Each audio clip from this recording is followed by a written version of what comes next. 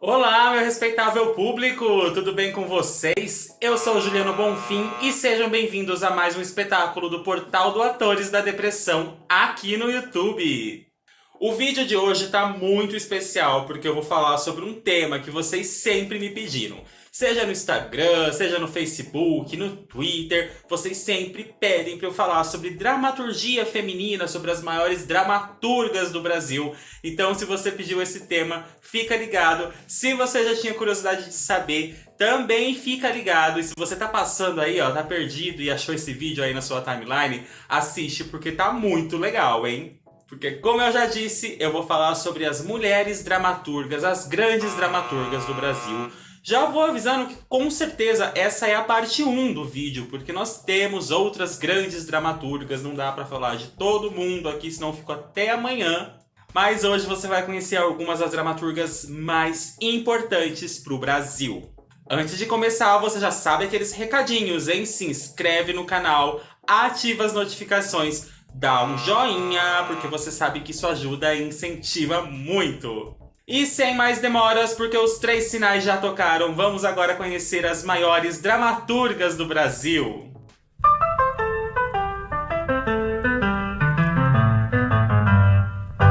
Não se sabe ao certo qual foi a primeira peça escrita por mulheres aqui no Brasil. Até porque muitas na época usavam pseudônimos, né? Escreviam com outro nome, com um nome bem andrógeno ou com um nome masculino, né? Para conseguir ser publicado na época.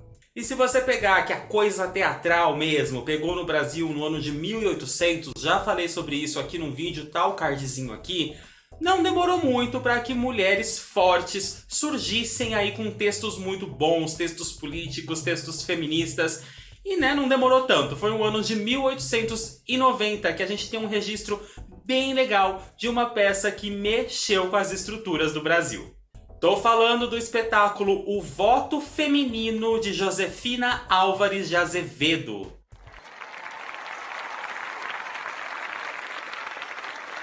Alguns estudiosos dizem que a Josefina ela era irmã do Álvares de Azevedo, grande dramaturgo, grande escritor, enfim, um homem muito importante para a literatura aí no Brasil. Mas a própria dizia que era prima. Então, né, como naquela época os registros eram bem perdidos, ela era parente aí da família e ela fez muito barulho em 1800. A Josefina ela nasceu no Rio de Janeiro, depois se mudou para Recife e com 26 anos veio para São Paulo.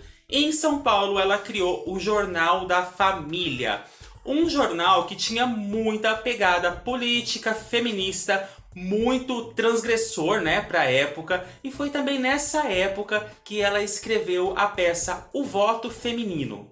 Era uma peça onde ela levantava as questões, né, dos direitos das mulheres ao voto, enfim, de outros vários direitos aí que as mulheres não tinham na época. Foi um grande auê, foi um grande rebuliço aí no meio teatral, principalmente com um tema tão forte. Então, se você puder, se você achar o voto feminino para ler, vale a pena conhecer o trabalho da Josefina Álvares de Azevedo.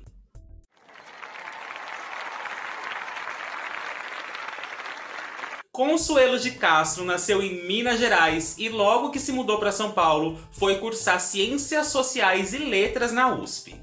Em 68 ela escreveu seu primeiro espetáculo, A Prova de Fogo, que foi logo de cara censurado pela ditadura aqui no Brasil. Mesmo a peça sendo censurada, em 74 ela ganhou o prêmio de melhor espetáculo teatral, mas ela só foi montada pela primeira vez em 93. Seu espetáculo seguinte, A Flor da Pele, foi um sucesso, arrebatou aí vários prêmios, fez da Consuelo de Castro um grande nome da dramaturgia no Brasil. Ela escreveu diversos outros textos, teve diversas outras montagens e por ter escrito muito na época da ditadura militar, ela ficou conhecida por ser uma grande transgressora à sua época, à sua realidade e tudo que estava acontecendo no Brasil. Ela ia contra em seus textos, os seus textos eram bem viscerais e ela foi considerada aí uma grande dramaturga da época da ditadura no Brasil. Eu acho que o teatro nosso ele está muito institucional, ele está muito burguês, muito acomodado, muito bem comportado. Acho que está faltando aquele grão de loucura que tinha nos anos 70, que tinha no TBC, aquela coisa da sujeirinha, como dizia o Flávio Império, aquela sujeirinha no palco, sabe? Está faltando um pouco aquela loucura, né? Está um pouco razoável.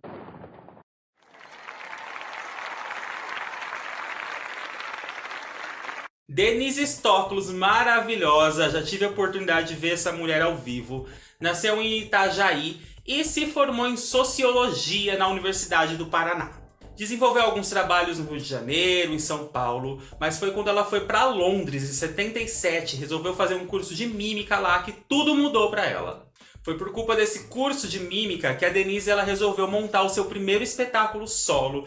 Então ela começou a apresentar coisas, uma coisa ou outra fora, se apresentou muito na Califórnia e quando veio para o Brasil já era um nome grande de performance lá fora. O espetáculo Mary Stuart, que ela escreveu em 87, ganhou o coração dos americanos. Aí foi prêmio atrás de prêmio, convites atrás de convites para participar de outros espetáculos, de montar outras performances. Enfim, ela se estabeleceu muito nos Estados Unidos como performer. De volta ao Brasil, continuou com seus espetáculos, montou coisas novas, fez novela também, participou de novela na Bandeirantes. Sim, a Bandeirantes já produziu muitas novelas e muitas novelas bem legais, viu? A Denise é a primeira atriz brasileira a se apresentar nos palcos de Moscou, de Pequim e da Ucrânia, tá, meu bem? Não é fraca, não. Desenvolveu o seu próprio método, assim como existem métodos, por exemplo, do Stanislavski, né, e de outras pessoas que eu já falei também aqui no vídeo anterior. A Denise ela desenvolveu o próprio método, que é o método Teatro Essencial. Inclusive, ela sempre abre turmas online para quem quer fazer o curso de Teatro Essencial. Então vale a pena conhecer. Vou deixar um cardzinho aqui para você saber mais sobre a vida e os cursos da grande Denise Stoklos. Como era o nome do teu primeiro espetáculo? Círculo na Lua, Lama na Rua. Isto é, aquilo que todas as ações têm uma consequência. Então a gente falava sobre a questão da ditadura, né, da repressão. Sim, claro. Que era o que a gente tinha que falar naquele momento. 68. Já falei da Lúcia Benedetti num vídeo aqui que eu falo sobre as dramaturgas infantis, sobre o teatro infantil. Ela foi muito importante para a galera pequenininha do Brasil. A Lúcia nasceu no Rio de Janeiro, se formou em Ciências e Letras em Niterói e em 1968 escreveu a peça que é conhecida como o primeiro espetáculo feito para crianças no Brasil, que foi O Casaco Encantado. Inclusive, é o primeiro espetáculo para crianças feito como se fosse para adulto, né? Com toda a estrutura, com atores fazendo para crianças e não representando crianças ou nem crianças representando. Enfim, o primeiro texto infantil que se tem notícia aqui no Brasil. E ela depois escreveu vários outros e se consagrou como uma grande dramaturga brasileira.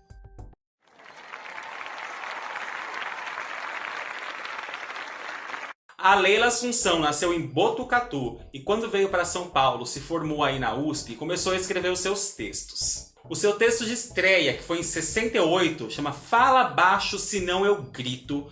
Teve uma estreia aí, gente, que já chegou causando com tudo. A mulher já ganhou vários prêmios e também, claro, porque tinha a grande Marília Pêra interpretando o texto. Então a peça foi um sucesso. Desde então a Leila não parou e ela é conhecida por escrever textos políticos, textos que representam as mulheres, as minorias. Uma dramaturga que joga todas as coisas no ventilador e que com certeza merece estar aqui, porque Leila Assunção tem o seu papel aí no hall das grandes dramaturgas do Brasil. O que era uma mulher naquele tempo escrevendo teatro, aquele auge da ditadura? Como era aquilo? Eu, pessoalmente, não tinha muita consciência do perigo. A gente sabia que existia tortura, etc. Quer dizer, eu era simpatizante de esquerda, nunca fui militante, mas nós éramos muito jovens, então não tínhamos medo.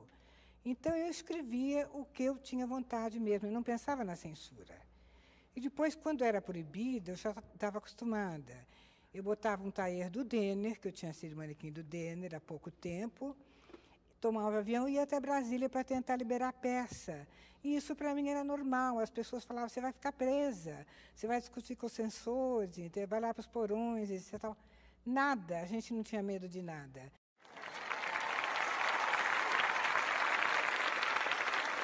Você pode não conhecer muito sobre o trabalho dela, mas com certeza você já ouviu o nome da maravilhosa Hilda Hilst. Dramaturga, cronista, poetisa, a Hilda Hilst ela é considerada um dos maiores nomes da língua portuguesa do século XX. Todos os seus textos têm uma pegada muito grande de misticismo, insanidade, erotismo, libertação sexual. Hilda foi uma mulher muito polêmica nos seus textos. E entre os anos de 67 e 69, a Hilda escreveu 8 espetáculos, todos maravilhosos, mas vale ressaltar um que é o Verdugo. Verdugo foi uma peça que arrebatou vários prêmios, né? Fez da Hilda um grande nome também para dramaturgia. E o texto conta a história de um homem que se recusa a matar um outro homem que está sendo acusado de bagunça social aí, né? De algazarra, de querer mudanças na sociedade. Então, com esse texto, a Hilda se consagrou como uma das grandes dramaturgas do Brasil. Sou bastante complicada, porque eu escrevo tudo que não sou eu mesma. Em vez de eu escrever a minha vida, por exemplo, eu escrevo tudo por fábulas. Por isso que eu sou raramente compreendida. Parece que Jesus também falava assim.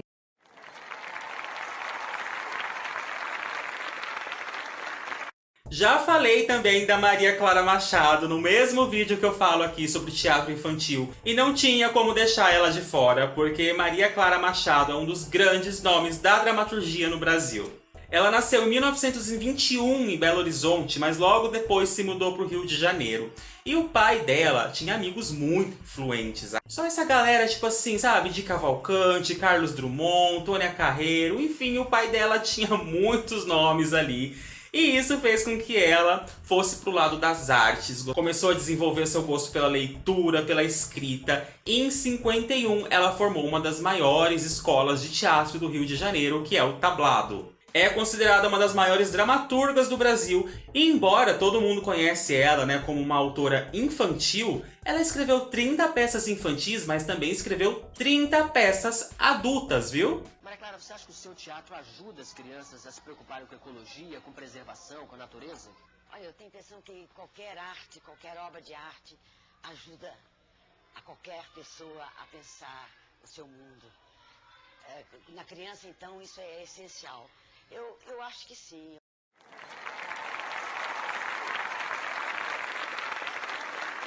Se você é cria dos anos 80 e 90, com certeza já ouviu a voz da Wende Leonel na abertura da novela Vamp.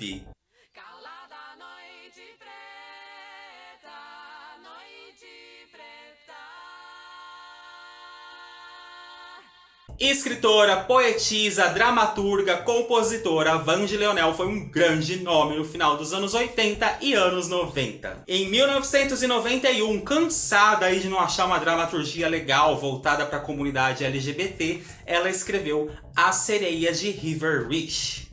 Não sei se eu pronunciei direito, se estiver errado vai estar escrito aqui para vocês. Um texto bem ousado para a época, que pegava também vários casos de homofobia e de censura que ocorriam pelo mundo, num texto que retratava a vida de vários homossexuais dos anos 20. Depois disso vieram vários outros sucessos que fizeram com que Wende Leonel se concretizasse como uma grande dramaturga do Brasil. É preciso a sociedade na rua, inclusive indivíduos, a comunidade LGBT na rua, para pressionar por leis. Porque a gente sabe que a pressão da bancada evangélica, por exemplo, no Congresso é muito forte. Eles têm um lobby muito forte para aprovar leis que agradam a própria bancada. Então é isso, pessoal. Espero que tenham gostado do vídeo de hoje. Já disse que tá faltando muita dramaturga. Com certeza vai virar uma parte 2. Mas escreve aqui nos comentários quem que eu não falei e você quer ver num outro vídeo. Não esquece também de conhecer o Atores nas nossas outras redes sociais. Instagram, Facebook, Twitter. Tá tudo aqui pra você. Tem uma campanha bem legal, acessa, tá aqui embaixo, a campanha do Padrim do Atores da Depressão. Se você gosta, se você quer que esse trabalho continue, se você quer valorizar esse trabalho, entra, ajuda, os valores não são tão altos e tem recompensas bem legais, hein? Vejo vocês no vídeo da semana que vem, fiquem com Dioniso e Evoé! Atores vemos, costumes não sabemos, não é?